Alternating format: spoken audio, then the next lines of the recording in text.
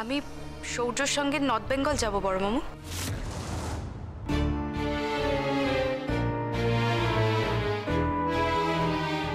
তা কবে যাওয়া হচ্ছে? কাল।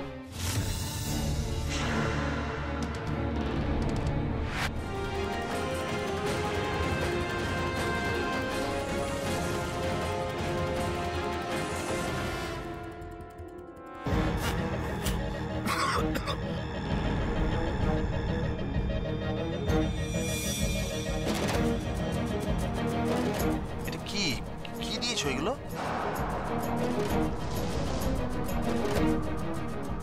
কেন, গোলমরিচটা কি বেশি হয়েছে নাকি? গোলমরিচ? হ্যাঁ, আমি তো গোলমরিচই দিয়েছি। ও কি রে, কি হলো? কি কি কি মুখে কি পড়লো? দেখি দেখি দেখি, দে আমাকে দে।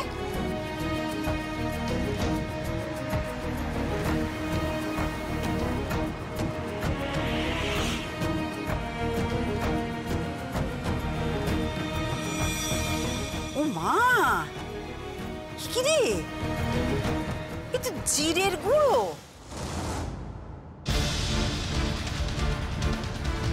আচ্ছা, তুমি কি কিচ্ছু জানো না? কোনটা গোলমরিচের গুঁড়ো আর কোনটা জিরের গুঁড়ো সেসব কিচ্ছু তুমি চেনো না? গোলমরিচ আর জিরের গুঁড়ো চিনব না কেন? দুটো কি একরকম হয় নাকি? গুলাবার তো কথা নয়। আর তাছাড়া বাড়িতে তো আমরা রোজই টোস্টের সাথে গোলমরিচ দিয়ে খেতাম। মুখে মুখে তক্ক করছো কেন? গোলমরিচের গুঁড়ো তো দাও নি, তুমি দিয়েছো তো জিরের গুঁড়ো। সোনালি, পাত্রকে আলাদা করে টোস্ট করে দাও। আচ্ছা মা, ঠিক আছে। না না, আমার কিছু লাগবে না, আমি এই অমলেট দিয়ে কফি খেয়ে দিয়ে চলে যাচ্ছি। বলছি বারবার তারা আছে আমার, তোমরা বুঝছোই না কিছুতেই। তারা থাকলে তো তারা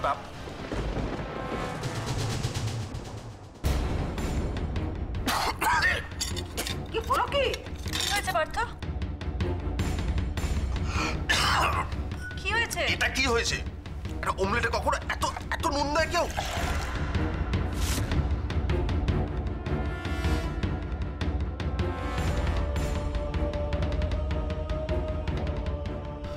জঘন্য। কি হচ্ছে আমি তো কিছু বুঝতে পারছি না।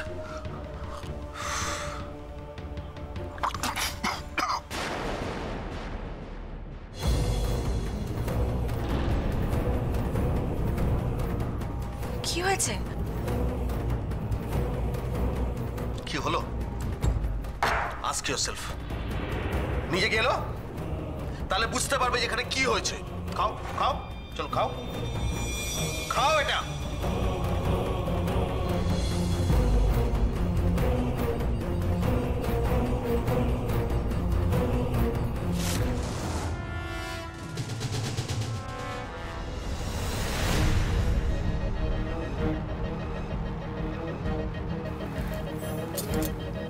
কিন্তু এত চিনি তো আমি কখনো দিইনি। এই নদী, নদী তুমি ঠিক কি বলতে চাইছো বলো তো? হ্যাঁ, আমি দিয়েছি না, এই খাবারগুলো তো সব তুমি বানিয়েছো, আমি তো জাস্ট সার্ভ করলাম। নদী, আচ্ছা যে কাজ তুমি পারো না সে কাজটা কেন করতে চাও বলো তো? সবাই তো সব কাজ পারে না নদী। কিন্তু আমি তো একদম চুপ, একেবারে মুখে মুখে কথা বলবে না। বাপের বাড়ি থেকে তো কিচ্ছুটি শেখায়নি। একটু শিখে নিতে কি হয়েছিল? সব কাজে এগিয়ে যাওয়া কেন? কোমর বেঁধে জানবে না যদি? সোনালীকে বলতে পারোনি আমাকে একটু শিখিয়ে দিন? সোনালী দি, বড্ড মানে লাগে নাকি? হ্যাঁ, আচ্ছা আচ্ছা, ঠিক ঠিক আছে মাইমা। পার্থ, পার্থ আমাকে একটুখানি সময় দাও, আমি এক্ষুনি তোমার খাবারটা বানিয়ে দিচ্ছি। কি করা যাবে বলো তো? ও তো চেষ্টা করেছে, পারেনি। আচ্ছা আস্তে আস্তে শিখে যাবে। Enough is enough Modi, enough is enough. এত বড় একটা মেয়ে, হ্যাঁ, একটা টোস্ট বানাতে গিয়ে ও নিজে বোঝে না যে গোলমরিচের গুঁড়ো দিচ্ছে না জিরের গুঁড়ো দিচ্ছে? একটা কফি বানিয়েছে, খেয়ে দেখো, মানে গোটা পাড়ার লোকের চিনি যেন আমার কফিতে দিয়ে দিয়েছে। মানে মানেটা কি? আমার দরকার নেই। পার্থ পার্থ শোনো শোনো, ও যদি চিনি টিনি বেশি দিয়ে থাকে, মানে মাপ জ্ঞান যদি না থেকে থাকে, তাহলে তো ওরটা তো তাই দেবে। এটা কোনো কথা নয়, কেন এরকম রাগ করছো বলো তো?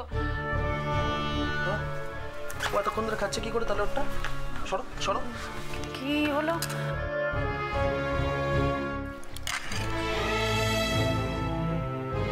Absolutely fine. ও তো একদম ঠিক আছে ওটা। তুমি কি ভেবেছিলে নদী? কি প্ল্যান করেছিলে যে আজকে সকালে আমাদের বাড়ির কাউকে তুমি খেতে দেবে না, তাই তো? তুমি কি বলছো পার্থ? আমি তো কিছুই বুঝতে পারছি না। বুঝতে তোমরা পারবে না কেন তো? আমাকে বুঝতে পারবে না, তোমার বোঝার কথাও নয়। পার্থ, লক্ষ্মীটি লক্ষ্মীটি আমার কথাটা শোনো। পার্থ পার্থ, একটু সময় দাও না, আমি বলছি তো তোমার খাবারটা আমি বানিয়ে দেবো। আচ্ছা, এইভাবে না খেয়ে গেলে তো বাড়ির অকল্যাণ হয় বলো তো। সারা দিনের জন্য বেরোচ্ছ, অফিসে কেউ না খেয়ে যায়?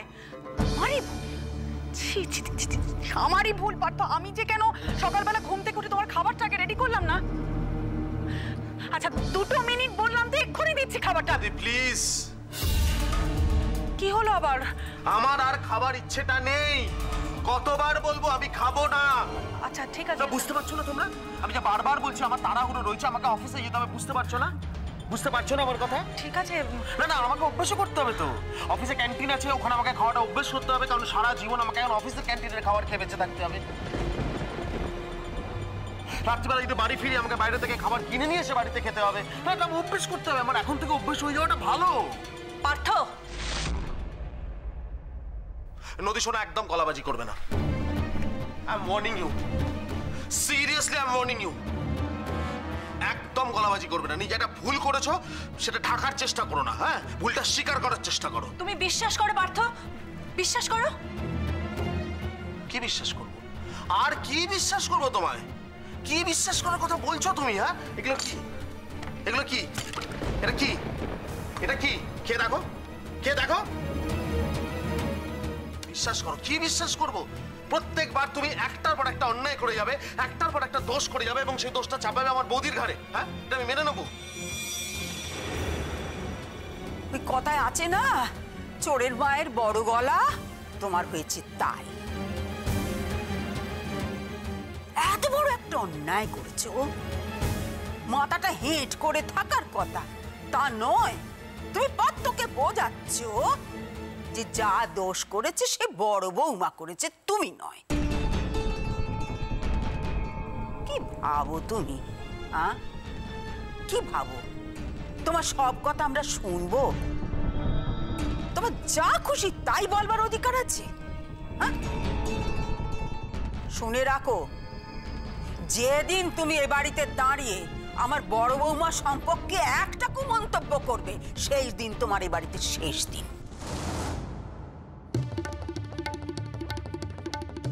আমি কিন্তু আপনার বৌমা সম্পর্কে এই ধরনের কথা বলতে যাইনি মা। আমি শুধু এইটুকু বলতে চেয়েছি যে এই ধরনের কাজ আমার পক্ষে করা সম্ভব নয়। আমি করিনি এসব। তার মানে তো এটাই দাঁড়ায় নদী, তুমি করনি, অন্য কেউ করেছে। আমি করেছি, তাহলে কাজটা আমি করেছি, তাই তো? নাম না বললেও তো ইঙ্গিতটা কি সেটা বোঝা যায় নদী, যায়। সেটা সম্পূর্ণ আপনাদের ব্যাপার, কিন্তু একদিন আমি এটা প্রমাণ করেই ছাড়ব যে আমি এতটাও অপদার্থ নই যে 1 কাপ চা বানাতে গিয়ে আমি 10 জন লোকের চিনি দেবো ওর মধ্যে, আর জিরে গুঁড়ো আর গোলমরিচ গুঁড়োর মধ্যে গুলিয়ে ফেলবো। চুপ, একদম চুপ করে থাকবে। যা করেছো তার কোনো ক্ষমা নেই। নিজের কর্নফ্লেক্সটা ভালো করে বানিয়েছো তো? হ্যাঁ, ঠিক করে বানিয়েছো তো? সেইটা বসে বসে খাও। খেয়ে দে সেজে গুজে পটির বিবিটি হয়ে আপিস যাও। যাও বৌমা, বৌমা, আমার জন্য আর কোনো জল খাবার তুমি বানিও না। জানি না ঠাকুর আর কতদিন আমাকে এই যন্ত্রণা দেবেন। আমার ছেলেটা যদি না খেয়ে চলে যায়, আমার খাবার গলা দিয়ে নাবে বলো? ওই মা হয়ে আমি কি করে খাই? আমি তো খেতে পারবো না, যে পারে সে খাক। নদী, তোমাকে আমি একটা কথা বলি, যেভাবে প্রত্যেক দিন তোমার ওপর থেকে আমার বিশ্বাস হারিয়ে যাচ্ছে, আমার কনফিডেন্স যে তলানিতে গিয়ে ঠেকছে, তুমি আমাকে একটা কথা বলো তো, এরপরে কি তোমার সাথে আমার সংসার করা সম্ভব?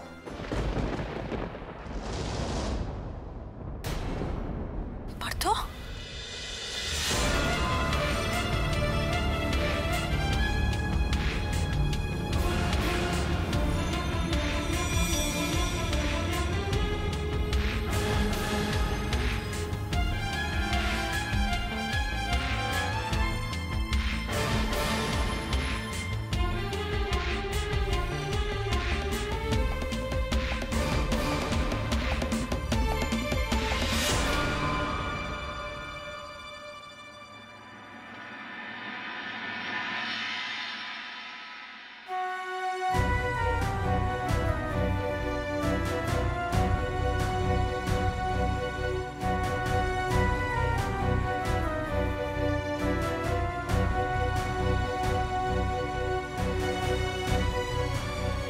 তুমি এত বড় একটা সিদ্ধান্ত নিয়ে বাড়ি ছাড়ছো দেখি, আমাদের সকলের কথা, আমাদের কারুর কথা তুমি একবারও শুনলে না। মানুষের তো একবারে শিক্ষা হয়, তোমার দেখছি বারবারও শিক্ষা হচ্ছে না মা। প্রত্যেকবারই নতুন নতুন করে শিক্ষা হচ্ছে মেজো মামু। শিক্ষা যার হয় একমাত্র সেই বুঝতে পারে। আর আমার জীবনের শিক্ষা তো আমাকে আমার জীবন থেকেই নিতে হবে মেজো মামু। কথাগুলো কথার পিঠে বলতে খুব ভালো লাগে দিঘি, বেশ উপযুক্ত কথা বলা হয়, কিন্তু শুধু কথা দিয়ে তো জীবন চলে না। একেবারে একা যাচ্ছ দেখে, কটা দিন বাদে গেলে আবির শালুকও যেতে পারত।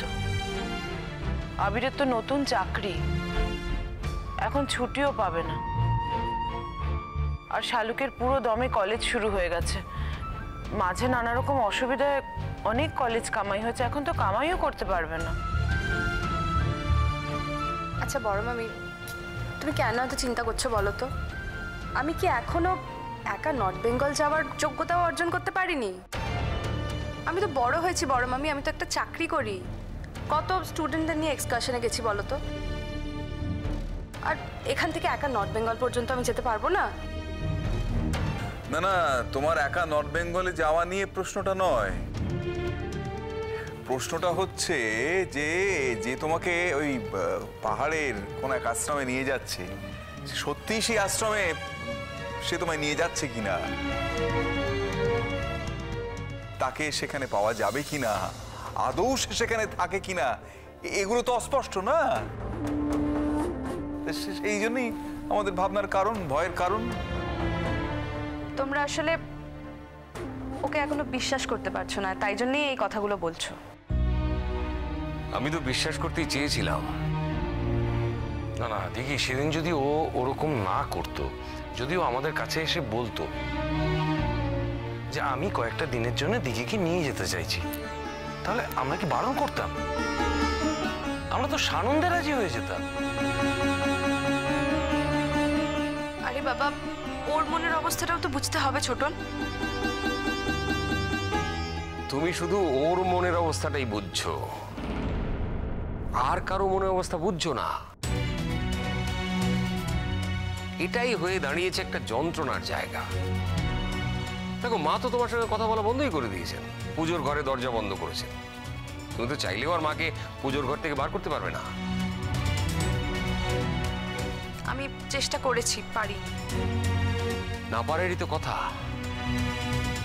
একটা মানুষ যে তোমাকে ছোটবেলা থেকে কোলে পিঠে করে মানুষ করলো, তার কথার কোনো মূল্যই দিলে না তুমি। আমি তো বলেছিলাম এখন যেও না, ওর সাথে যাওয়ার কোনো দরকার নেই, কটা দিন পরে যেও, আমরা যাব, আমাদের সঙ্গে যেও। তুমি তো গেলে না, শুনলে না আমাদের কথা। ফুলদি, তোমার ফোনটা যেন সবসময় অন থাকে, ওকে? ফোনে কিন্তু সবসময় আমাদের কথা হবে ফুলদি।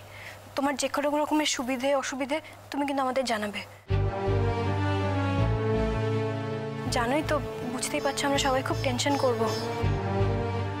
আচ্ছা, ওখানে না একটু সিগন্যালের প্রবলেম আছে। সব সময় যদি ফোনে না পাও তোমরা, তাহলে কিন্তু চিন্তা করো না।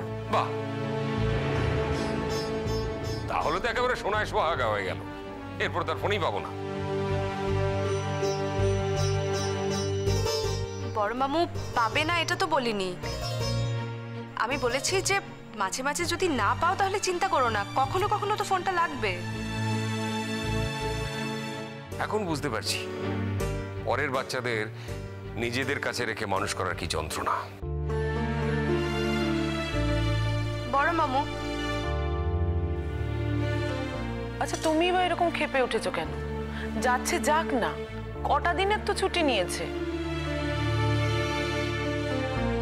মনে হচ্ছে ও একটা প্লেজার ট্যুরে যাচ্ছে, আমি সেই জন্য বাধা দিচ্ছি। মনে হচ্ছে সমস্ত পুরনো ঘটনা ভুলে গেছো। সূর্য কি এরপরেও? বড় বৌদি, আমাদের সেই বিশ্বাসটা এখনো পুরোপুরি আসেনি। যদি বিশ্বাসটা চলে আসতো তাহলে এই কথাটা বলতাম না। কিন্তু আমার তো এসেছে। তুমি তোমার প্রথম থেকেই বিশ্বাস করে বসে আছো। প্রথমেই আমরা না বলেছিলাম, তুমি হ্যাঁ বলেছিলে। তুমি জেদ করে বিয়ে করেছিলে এবং বিশ্বাস করেই। তোমার বিশ্বাসের দামটা কি বলতে পারো? শোনো ফুলদি, তোমাকে একটা কথা বলি, তুমি প্লিজ রাগ করো না। তুমি ওখানে পৌঁছে প্রথমেই একটা পুলিশ স্টেশনে যোগাযোগ করে কথা বলে রাখবে। আর কত অপমান করবি তোরা সূর্যকে? ফুলদি, তুমি তুমি ভুল বুঝো না ফুলদি। আসলে আমরা সবাই এত ভাবছি তোমাকে নিয়ে, সেই জন্য। এমন একটা ছেলে যার কোনো মেরুদণ্ডই নেই, যদি থাকতো তাহলে তো বাড়িতে আসতে পারতিস, বাড়িতে এসে দিঘিকে নিয়ে যেতে পারতিস। তা না, উনি এয়ারপোর্টে অপেক্ষা করবেন। এয়ারপোর্টে গিয়ে দিঘিকে তার সঙ্গে দেখা করতে হবে। কেন রে, এত ঢাক ঢাক গুড়গুড় কেন? সোজা সরল কিছু নয় কেন? বড় মামুর জীবনটাই তো সোজা সরল নয়, তাই জন্যই ও সোজা সরল করে কিছু করতে পারে না। এটুকু তো তোমাদের মানতেই হবে। আশ্চর্য, আমরা তো তার সোজা সরল করার চেষ্টা করলাম, কিন্তু সে তো সোজা সরল হলো না, বরং আরো কিছু ঘোর প্যাঁচ তার মধ্যে দেখা গেল। তুই আমায় জবাব দে না যে কালকে আমাদের সঙ্গে দেখা করতে সে রাজি হলো না কেন, খুলে বল। ও সবাইকে ফেস করতে চায়নি। যখন দিনের পর দিন অপরাধ করেছিল তখন ফেস করতে চেয়েছিল আমাদের, আর যখন আমরা ধরে নিয়েছি যে অপরাধ আর করবে না তখন ফেস করতে চাইছে না। তো ভারী অদ্ভুত ব্যাপার, তো অদ্ভুত মজার ব্যাপার। যাকে যাওয়ার সময় তোমরা আর ওকে কিছু বলো না। এখন আসল কথাটা বলো, ফিরছো কবে? 25 তারিখ অবধি আমার ছুটি নেওয়া আছে, তার মধ্যেই আমি ফিরে আসব। আর তারপর ছুটি এক্সটেন্ড করার কোনো প্ল্যান নেই তো? ছুটি এক্সটেন্ড করার তো কোনো প্রশ্নই ওঠে না। কলেজ থেকে আমি আর ছুটি পাবো না, তাহলে আমার চাকরির সমস্যা হয়ে যাবে। তবু? হ্যাঁ, তবু তো বটেই। তবু নয়, ওখানে গিয়ে চাকরি বাকরি চলে যাক, আমি বাবা আশ্রমেই থেকে যাই, এরকম কোনো মানসিকতা তৈরি হবে না তো আবার? মেজমামু, আমি কষ্ট করে লেখাপড়া করে কষ্ট করে একটা চাকরি পেয়েছি, আর যাই করি এই ভুলটা আমি করব না মেজমামু। যাক রক্ষে, তোমার যা মতিভ্রম, ক্ষণে ক্ষণে কি যে কখন করে বসো তা তো আগে থেকে বোঝবার জন্যই। তোমরা আমাকে কিছুতেই সহজভাবে নিতে পারছো না, ভরসা রাখতে পারছো না, আর বিশ্বাসও করতে পারছো না। না না দেখি, তুই যে সূর্যর কাছে ওখানে যাওয়ার জন্য এরকম ভাবে পাগল হয়ে উঠবি সেটা তো বুঝতে পারিনি আগে থেকে। বেশ, সূর্য যদি এখানে নাই আসতে চায়, ও যদি ওখানেই থাকতে চায়, হ্যাঁ তোকে ওখানে যেতে হবে, এ কথা ঠিক। কিন্তু প্রথমবার কি আমাদের সঙ্গে গেলে খুব অসুবিধা হতো? কিন্তু তোমরা তো কেউ এখন যেতে পারছিলে না। হ্যাঁ, আমরা যেতে পারছিলাম না বলে তুই জেদ করে সূর্যের কাছে চলে যাবি। আরে তোকে তো তু করে ডাকলে তুই চৌ করে চলে যাস। ভারী অদ্ভুত তো। তোকে তো কাল ডাকলো, বললো যে আমার সঙ্গে এসো, তার আগের দিন খবর পাঠিয়েছে আমি মরে গেছি। আরে তোকে তো টেস্ট করলো রে বাবা, তারপর আবার ডাকলো, বললো আমার সঙ্গে চলো, আমি কাল উত্তরবঙ্গে যাব। তুই সঙ্গে সঙ্গে চলে যাবি ওর সঙ্গে? কেন রে, তুই কি কৃতদাসী নাকি রে? আচ্ছা ছোটন, তুমি এভাবে কেন কথা বলছো? তো ঠিকই বলেছে, তুই তো তাই করছিস। তো তো একটু সবুর সইল না, তুই কটা দিন পরে যেতিস, কটা দিন অপেক্ষা করতিস, গরমের ছুটি পড়লে তারপর যেতিস। তো সইল না সেটা। আর তাছাড়া অলরেডি একটা কথা হয়ে আছে যে আমরা সকলে মিলে কোথাও যাব, তোমার সেটুকুও তর সইল না। জাগিয়ে ফুলদি, তোমাকে একটা কথা বলি, তুমি প্লিজ সাবধানে থেকো। আর ওখানে পৌঁছে তোমার যদি কোনো কন্ট্যাক্টস থাকে ওখানে, তুমি প্লিজ ওদের সঙ্গে যোগাযোগ করে নিও।